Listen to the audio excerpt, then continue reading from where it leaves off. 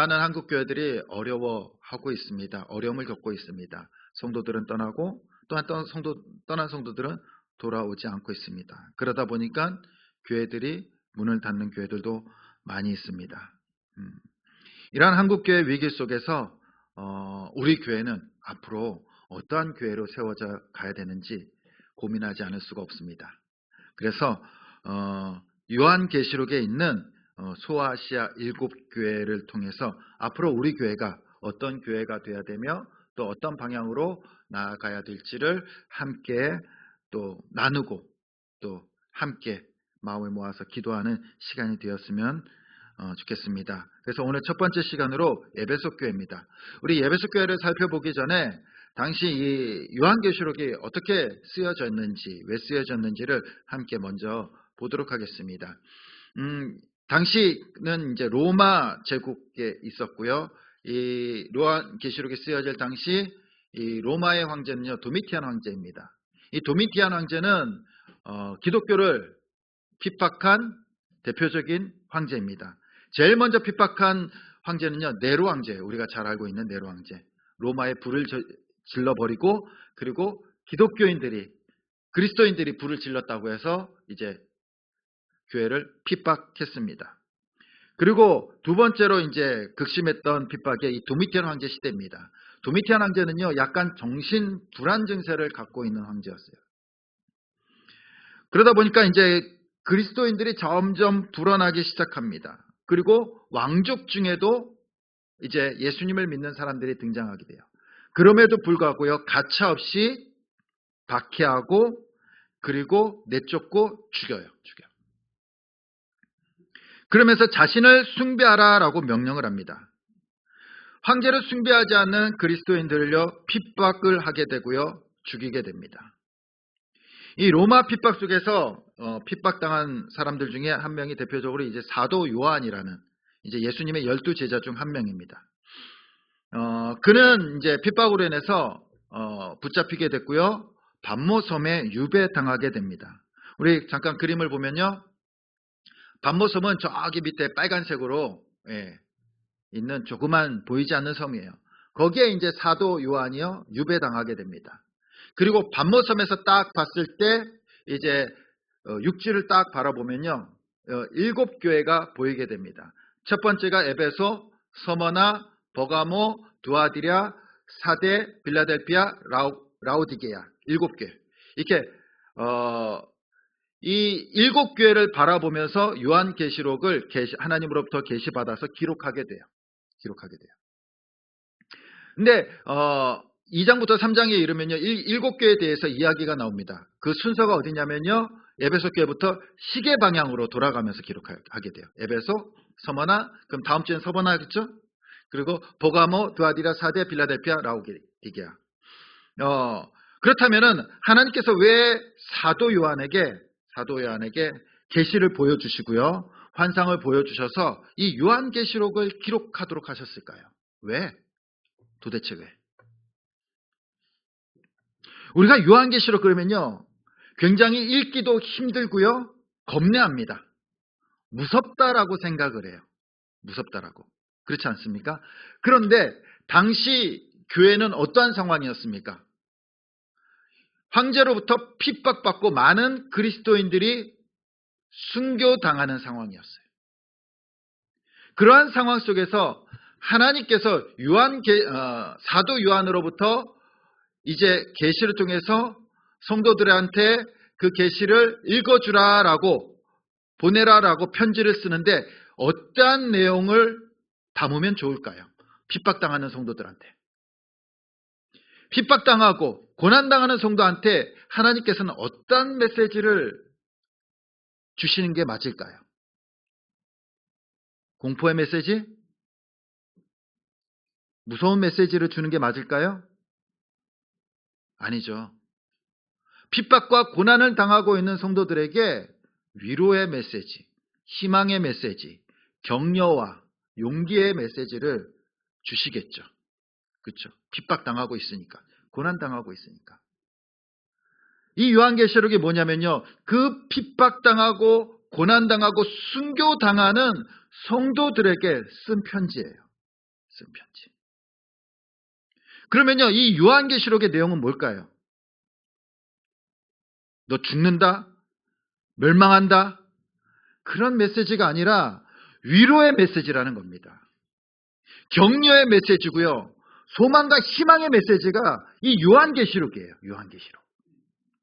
그런데 우리는요, 이 요한계시록 그러면요, 겁내해요. 무서워해요. 말세다.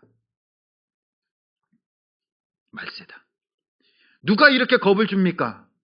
하나님이 겁을 주려고 이 성경을 쓴 것이 아닌데 누가 겁을 줍니까? 이단들이 겁을 주는 거예요. 이단들이.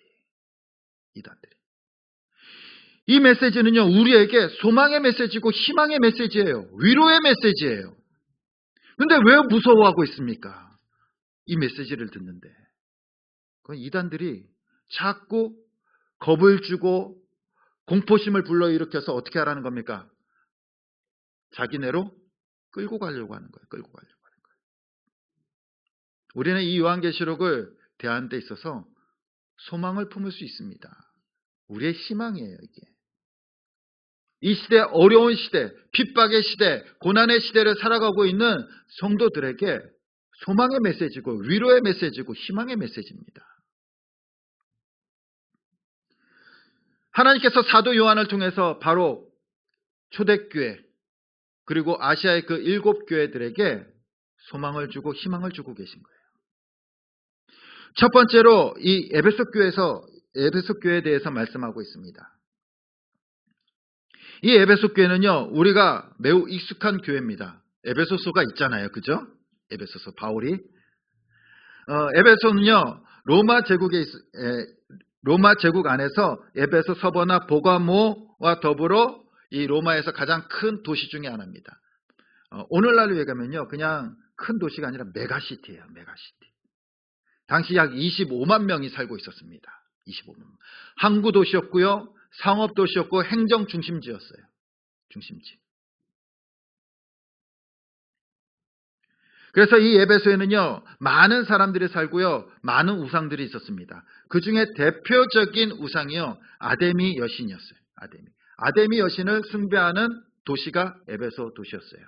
저희 아데미 여신, 풍요와 다산의 여신, 그 다음에 달의 여신, 그리고 모든 여신 중에 어머니, 대빵, 대장. 그리고 이 에베소에는요, 이 아데미 여신의 신전이 있었습니다. 저 크기가 어느 정도냐면 길이가 129m, 약 130m예요. 130m. 우리 교회 여기서 여기에 하면은 몇 미터 될까요? 한 30m, 20m 되겠죠. 몇 배? 4배 이상 되는 거예요. 4배나 5배. 고대에 저렇게 큰 성전을 지었다는 겁니다. 신전을.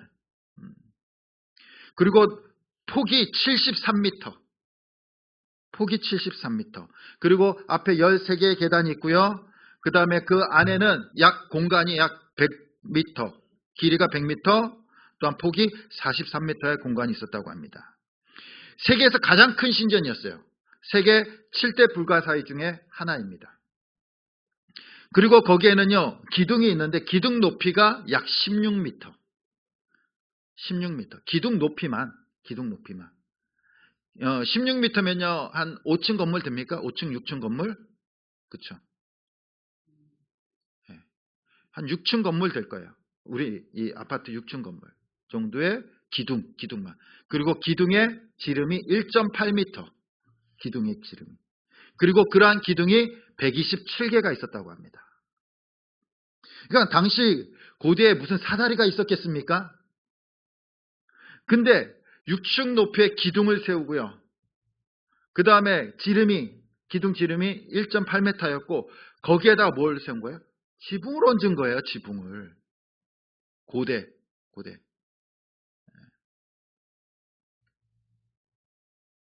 그래서 신전 기둥을 보면요. 저게 신전 터고 거기에 기둥들이 약 16m 정도 되고요. 직경이 약 1.8m 되는 기둥들이 있습니다. 다음 사진. 저 기둥이에요. 그리고 이 에베소에는요, 저 신전 말고도 유명한 것이 있습니다. 두란노 서원과 그 다음에 큰 독서실이 있었어요. 책을 보관하는 독서실. 어마어마한 도서량을 갖고 있었다는 겁니다. 고대. 그리고 주로 우상 숭배와 이교도들에 대한 책들이 그 도서관을 차지하고 있었습니다. 에베소는 항구 도시이자 또한 행정 수도, 그 다음에 상업 도시였고요. 돈이 많고요. 풍요로운 도시였습니다. 그러나 거기에는요, 우상 숭배가 팽배했어요. 우상 숭배. 거기에다가 도미티안 황제 시대에는 누구를 숭배하라고 합니까? 황제 숭배까지. 그러면요, 황제 숭배를 하지 않으면은 죽는 거예요. 수많은 핍박들이 있었습니다. 수많은 사람들이 순교당했습니다. 그런데 그런 상황 속에서 하나님께서는 이 에베소 교회를 향해서 칭찬을 하세요. 우리 2절 3절에 보면은 우리 함께 읽어보겠습니다. 시작. 내가 내 행위와 수고와 내 인내를 알고 또 내 악한 자들을 용납하지 아니한 것과 자칭 사도라 하되 아니 그의 거짓된 것을 내가 드러낸 것과 또 내가 참고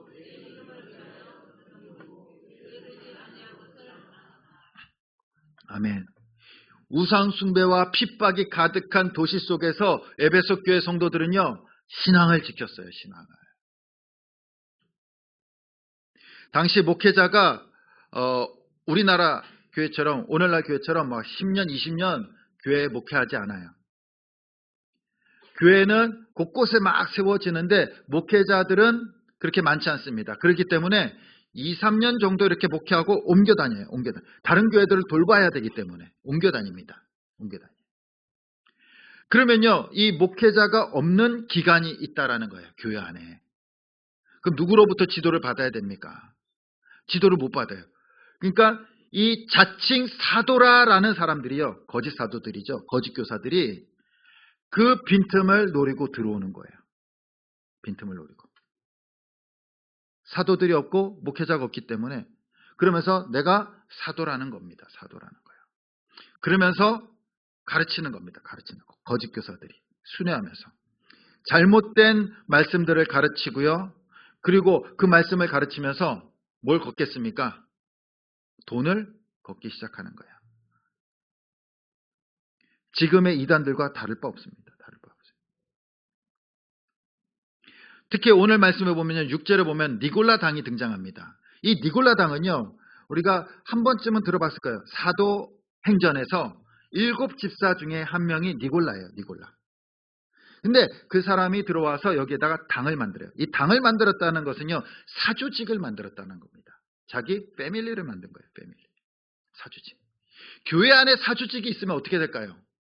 아니 모든 관공서라든가 공공기관에 사조직이 있으면 어떻게 됩니까? 어떤 조직이든지 사조직이 있으면요, 분열돼 버려요. 그런데 교회 안에 이 사조직이 생긴 거예요. 니골라를 중심으로 패밀리가 생긴 겁니다. 오늘날로 얘기하면 교회 안에 지역 모임. 네. 어느 지역 출신들, 어느 고향 출신들, 아니면 어느 군대 출신들, 아니면 누구를 좋아하는 사람들의 모임, 이런 교회에서 이야기하지 않는 그런 사조직들을 만들면요, 그들끼리 뭉치게 되고 싸움이 일어나게 되고 파벌이 생기면서 교회가 무너지는 겁니다.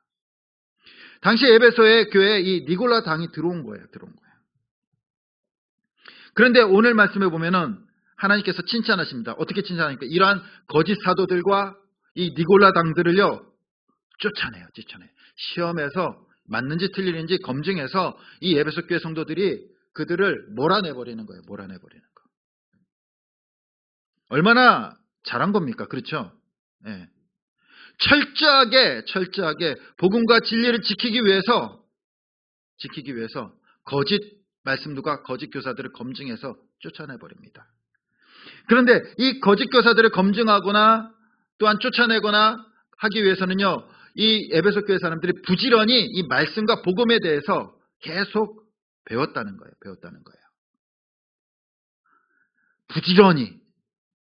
부지런히 말씀을 배웁니다. 교리도 배우고요. 오늘날로 얘기하면 신학도 배우고요. 부지런히 교리적으로 신학적으로 철저하게 훈련된 교회였어요. 훈련된 교회. 오늘날로 얘기하면은 제자 훈련하는 교회처럼 늘 훈련과 말씀을 가르쳤다랍니다. 교회사도 가르치고 교리도 가르치고 말씀도 가르치고 말씀을 막 쪼개가지고 무엇이 진리인지 성도들이 그것을 다 습득할 수 있도록 철저하게 교육하면서 가르쳤어요. 그래서 거짓 말씀들이 들어오지 못하도록 한 겁니다. 그런데 이러한 교회들의 문제점이 있습니다. 뭐가 문제가 있을까요? 계속해서 성경 지식이 커져갑니다. 교리적으로. 그리고 거짓 교사들과 이단들에 대해서 말씀으로 정죄하고 방어해요. 그러다 보니까요, 가슴이 식어지는 거예요. 식어지는 거예요.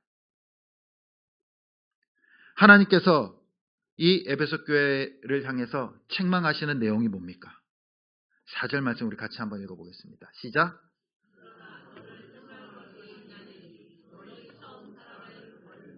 아멘. 계속 교리, 신학 이러한 것들 가지고 이단들과 싸우고 거짓 교사들과 싸우고 그리고 방어하면서 서로 경계하는 거예요. 경계. 그러다 보니까 뭘 잃어버린 겁니까? 사랑을 잃어버렸다는 거예요. 사랑을. 하나님이 깨닫게 하신 그 진리를 사수하기 위해서 상대방을 죽이는 거예요. 상대방을. 서로 정죄하는 겁니다. 판단하는 겁니다. 교리를 따지고 싸우는 거예요. 싸우는 거예요. 처음 사랑을 잃어버렸다는 것은요, 바로 은혜와 용서를 잃어버렸다는 거예요. 교회 안에 서로 경계하는 거예요. 저 사람은 누굴까? 어떠한 말씀을 전할까? 어떠한 신학과 어떠한 신앙생활을 할까? 늘 판단한다는 겁니다. 늘 판단해. 그러다 보니까 마음이 차가워지고 사랑을 잃어버립니다. 일제시대 때 우리 한국교회도 암울한 역사를 가지고 있습니다.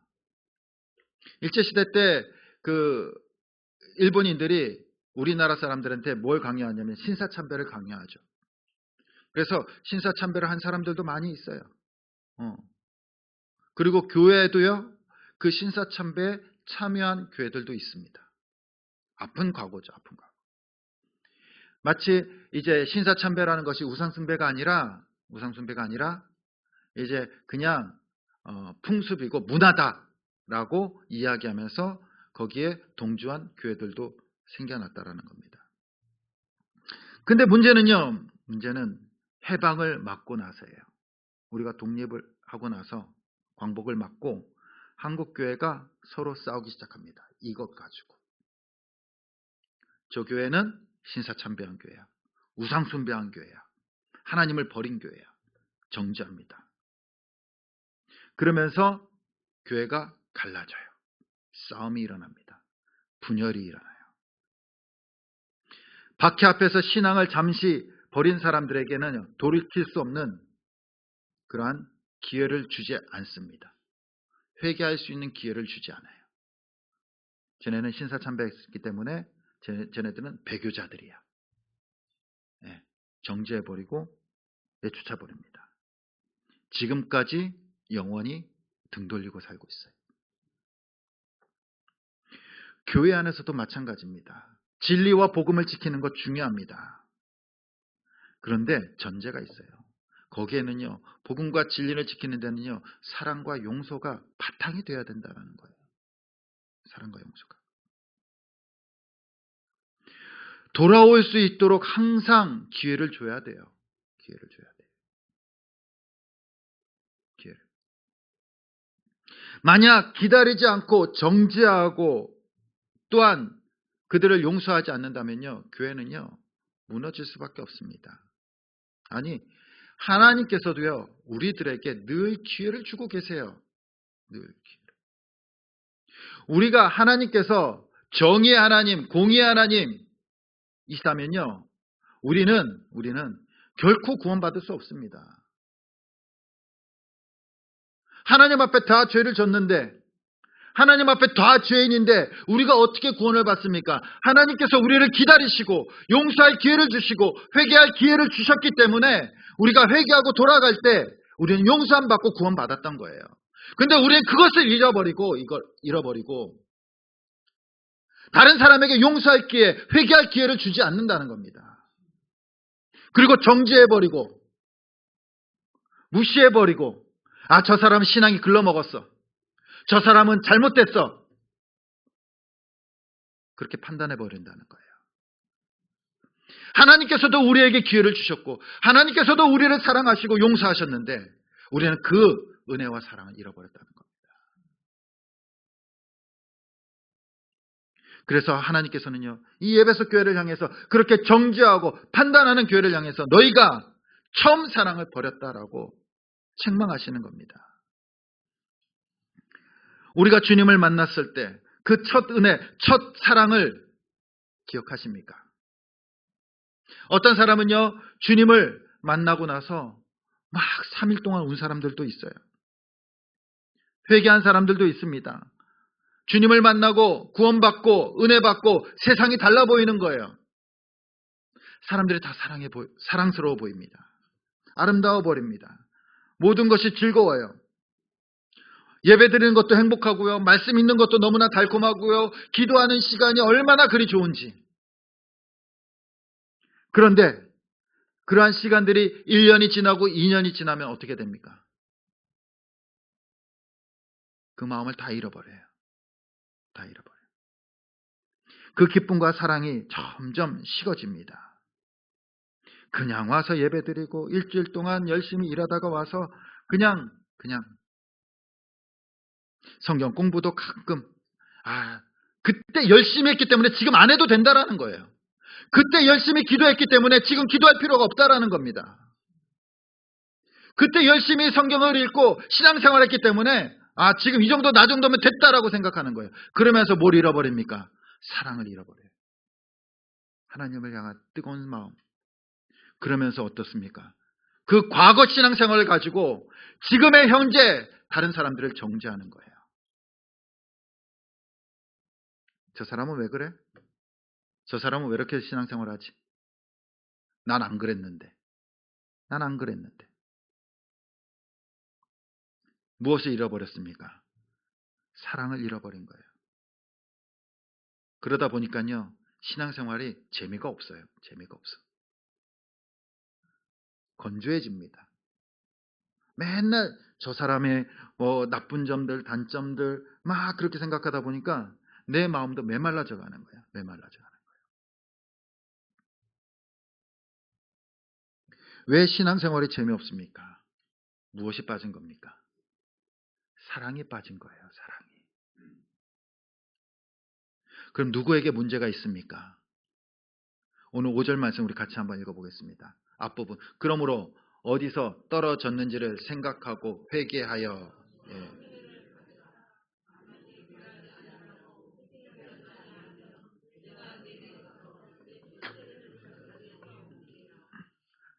앞에 보면은 그러므로 어디서 떨어졌는지를 뭐 하라는 거예요?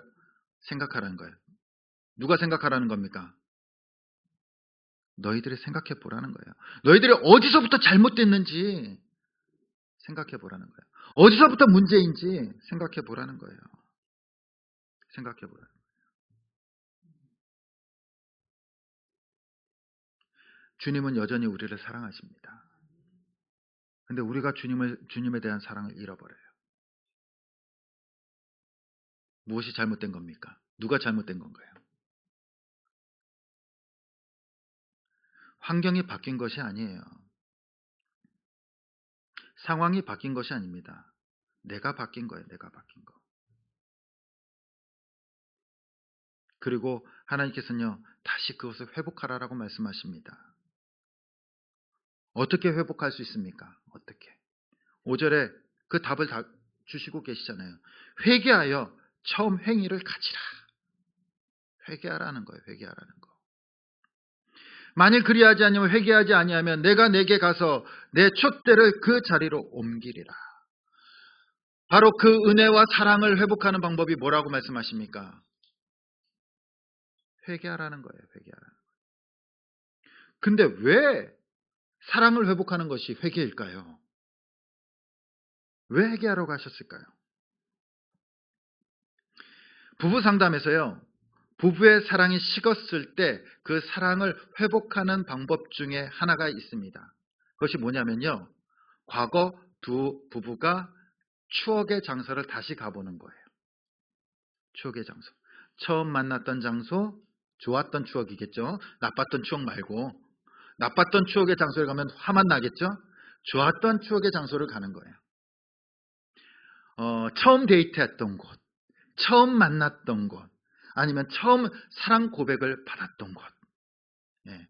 처음 함께 여행했던 곳, 뭐 이런 추억의 장소들 있잖아요. 그 장소에 가면요, 그때의 감정들이 다시 일어나기 시작해요. 일어나기. 안 해보셨군요.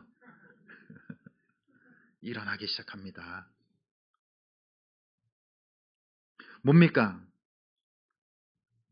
과거의 그 마음을 불러일으키기 위해선 과거로 한번 돌아가 보라는 거예요. 과거로. 우리가 하나님을 만났을 때 그 과거를 한번 돌아가 보십시오. 그때 어땠습니까? 그냥 갑자기 걸어가는데 하나님께서 은혜를 팍 주셨나요? 넌 내 딸이야, 넌 내 아들이라 그냥 걸어가는데 팍 주셨나요? 그 하나님의 사랑과 은혜를 경험했을 때는요, 항상 그 앞에 전제 조건이 있었어요. 그것이 무엇이냐면요, 내 연약함과 죄악을 깨닫고 회개하는 순간입니다. 내 죄를 철저하게 깨닫고 내 연약함과 어리석음을 깨닫고 주님 앞에 엎드렸을 때 하나님께서 우리에게 오셔서 위로해 주시고요. 싸매 주시고 구원해 주시고 그리고 우리를 품어 주셨다는 겁니다. 그때 사랑이 있었고 그때 은혜가 있었어요. 그때. 우리에게 지금 그 사랑과 은혜가 없다면 그 이유가 뭘까요? 우리가 날마다 주님 앞에 엎드리는 것이 아니라 내 생각과 내 의지로 살아가고 있다는 거예요. 내가 지금 잘하고 있어. 누구 앞에? 하나님 앞에 내가 잘하고 있다라고 생각한다는 겁니다. 회개할 것이 없다라고 생각하는 거예요. 그렇기 때문에 거기에는 은혜와 사랑이 점점 빠지기 시작하는 겁니다. 우리는 늘 주님 앞에 무릎 꿇고 회개하고 겸손하게 나아가야 됩니다. 그때 하나님께서 은혜를 주시고요. 그때 사랑이 회복됩니다. 주님, 내가 그 사랑을 잃어버렸습니다. 용서해 주십시오. 내가 게을러서 말씀을 읽지 않았습니다. 내가 게을러서 기도하지 않았습니다. 내가 전도하지 않았습니다. 내가 세상의 욕심대로 살아갔습니다. 내가 미워했습니다. 주님, 나를 용서해 달라고. 매일 아침, 매일 저녁 주님 앞에 회개하면서 나아가 보십시오. 그때그때 하나님께서 주시는 은혜와 사랑이 있습니다. 주님에 대한 사랑을 잃어버린 것은요, 내 자신이에요. 내 자신. 어느 순간 교만함이 들어가고요, 어느 순간 자만함이 들어가서 이 정도면 됐다라고 생각하는 순간 무너지는 겁니다. 이 정도면 됐다. 우리 아이들이 공부할 때도요, 나 이 정도면 됐어라고 하는 순간 어떻게 됩니까? 성적 떨어지기 시작하는 거예요. 나 이 정도면 열심히 했어. 100점 받을 거야. 이 정도면 됐어라고 하는 순간 훅 떨어지는 겁니다. 신앙도 마찬가지예요. 내가 그동안 열심히 했어. 내가 잘해왔어. 그 마음이 들어가는 순간 신앙은요, 곤두박질 칩니다.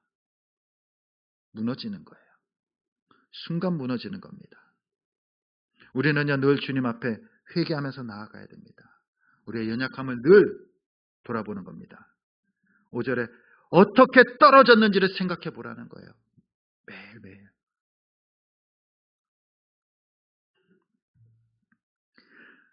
에리 프롬은요, 이런 말을 합니다. 인간을 사랑하지 못하는 사람은 자신 또한 사랑받지 못하며 행복감을 느끼지 못한다.